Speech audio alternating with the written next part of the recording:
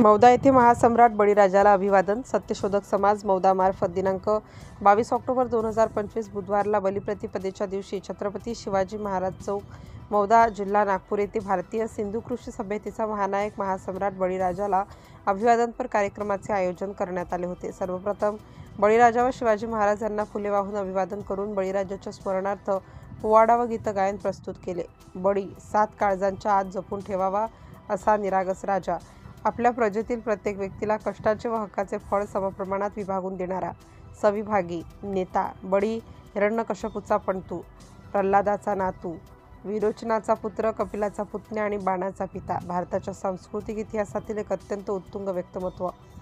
सुमारे 3500 ते 5000 वर्षांपूर्वी होऊन गेलेल्या भारतीय बहुजन समाजाचा महानायक, एक महासम्राट, एक महान तत्ववेता अशा आपण आपल्या महान बळीराजाचा वामनाने कपटाने घात केला. अशा आपल्या पराक्रमी राजाला कपटाने मारून त्याचा इतिहास विकृत केला व आमच्या बहुजन समाजापासून तोडण्याचा प्रयत्न केला. पण आज बळीराजा जिवंत आहे.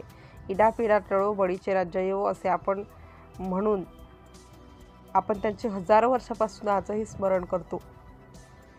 अशा आपल्या महापराक्रमी, सर्व गुणसंपन्न, समतावादी राजाची दिवाळीत घराघरामध्ये पूजा व्हावी आणि आपली मूळ संस्कृती उजळावी ही इच्छा. यावेळी बळीराजाच्या विशाल साम्राज्याच्या खंडातील कारभार सांभाळणारे खंडोबा, भैरोबा, विरोबा, कालभैरव, ज्योतिबा, म्हसोबा, मल्हारी, मार्तंड, भराडी यांच्या विषयी माहिती देण्यात आली.